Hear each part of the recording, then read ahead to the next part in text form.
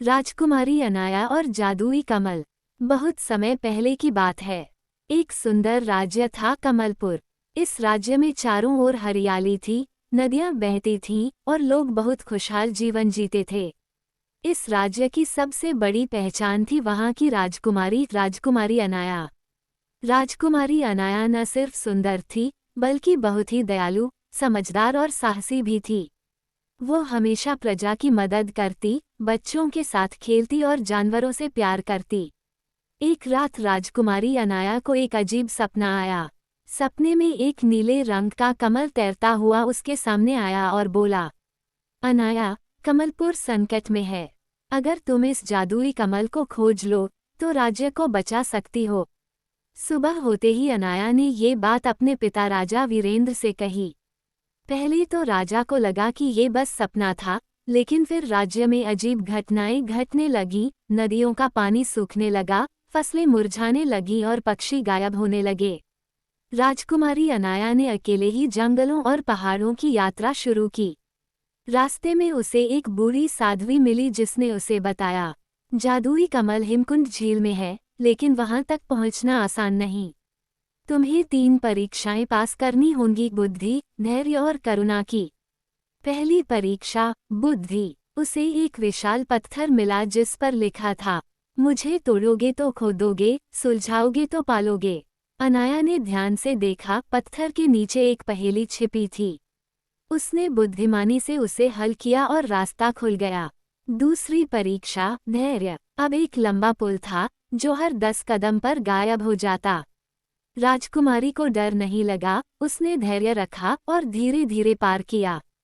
तीसरी परीक्षा, करुणा। एक घायल शेर उसके रास्ते में पड़ा था। राजकुमारी ने बिना डरे उसकी मरहम पट्टी की।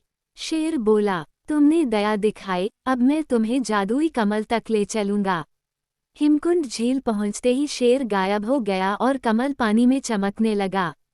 राजकुमारी ने जैसे ही कमल को छुआ, एक दिव्य रोशनी फैली और एक देवी प्रकट हुई। उन्होंने कहा, अनाया, तुम्हारी दया, धैर्य और बुद्धि ने तुम्हें सच्चा नेता बना दिया है। अब ये कमल तुम्हारे राज्य को फिर से हरा भरा कर देगा। राजकुमारी कमल लेकर वापस आई। जैसे ही उसने कमल को राज्य की भूमि पर रखा, नदियां फिर से बहने लगी, फसलें लहराने लगी और पशु पक्षी लौट आए। लोग खुशी से झूम उठे। राजा ने अनाया को राज्य की रक्षक की उपाधि दी और अगले दिन उसे राज्य की रानी घोषित कर दिया। कमलपुर एक बार फिर हरा भरा और खुशहाल हो चुका था। राजकुमारी अनाया अब रानी बन चुकी थी। लेकिन जिस रात अनाया को रानी का ताज पहनाया गया, उसी रात आकाश में काले बादल छा गए। एक रहस्यमयी आवाज गूंजी, कमल की शक्ति को जिसने जगाया है, अब उसे मेरी परीक्षा देनी होगी।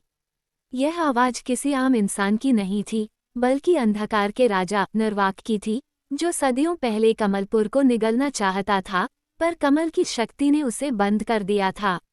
दूसरे दिन राजमहल की लाइब्रेरी में अनाया को एक पुरानी पुस्तक मिली, कमल की रक्षा कैसे करें। इसमें लिखा था, कमल की शक्ति को कोई बाहरी दुश्मन नहीं मिटा सकता, लेकिन अगर रक्षक की आत्मा डर, लालच या क्रोध से दूषित हो जाए, तो शक्ति खो जाएगी। अनाया को समझ आ गया, निर्वाक उसका डर, लालच या गुस्सा जगाना चाहता है। राजमहल के पास अचानक सूखा पड़ने लगा, जैसे कमल की शक्ति कमजोर हो रही हो। फिर अनाया के सपनों में निर्वाक आने लगा, राजकुमारी, तुमने कमल लिया, अब अपने सबसे प्रिय व्यक्ति को खोने के लिए तैयार रहो। उसी रात अनाया का सबसे प्यारा घोड़ा सफेद तारा गायब हो गया। अनाया ने निर्णय लिया कि वह खुद निर्वाक से सामना करेगी। उसने अपना तलवार, जादुई कमल और ढाल लिया और निकल पड़ी अंधकार की गुफा की ओर। रास्ते में उसे फिर से 3 परीक्षाएं मिली, लेकिन इस बार भावनात्मक थीं। 1. डर की परीक्षा। एक जंगल में उसे ऐसा भ्रम हुआ कि उसके माता पिता मर गए हैं, पर वो मन को शांत करके बोली, मैं डर को जीतूंगी, सत्य की तलाश करूंगी।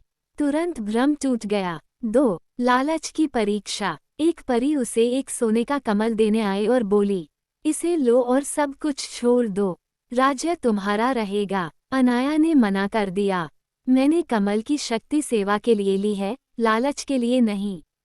3. क्रोध की परीक्षा। नरवाक का दूत आकर बोला, तुम्हारा घोड़ा मेरी वजह से मरा है।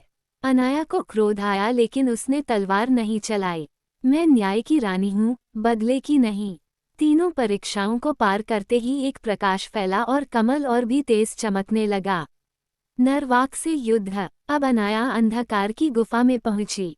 वहां नरवाक खड़ा था, एक विशाल काले धुएं से बना दानव।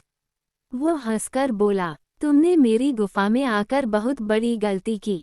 लेकिन अनाया ने अपने हाथ में जादुई कमल उठाया और बोली, सच्चाई, साहस और सेवा से बड़ा कोई अंधकार नहीं। कमल से निकली रोशनी ने नरवाक को चारों तरफ से घेर लिया और उसका शरीर धीरे धीरे मिटने लगा। नरवाक के खत्म होते ही गुफा के एक कोने में बंधा हुआ उसका घोड़ा सफेद तारा नजर आया। वह दौड़ती हुई घोड़े को गले लगाती है। नरवाक की शक्ति हमेशा के लिए समाप्त हो चुकी थी। राज्य में जैसे ही अनाया लौटी, पूरा कमलपुर उसकी जय जयकार में गूंज उठा। जय हो रानी अनाया की, जय हो कमल की रक्षक की। रानी अनाया ने पूरे राज्य में स्कूल, अस्पताल और पुस्तकालय बनवाए। वो हफ्ते में एक दिन खुद लोगों के बीच बैठती, उनकी बातें सुनती और समाधान करती। रानी अनाया सिर्फ एक शासक नहीं, एक प्रेरणा बन चुकी थी। कमलपुर अब सिर्फ एक राज्य नहीं था, वह एक उदाहरण था कि सच्चा नेतृत्व डर को नहीं, सेवा को चुनता है।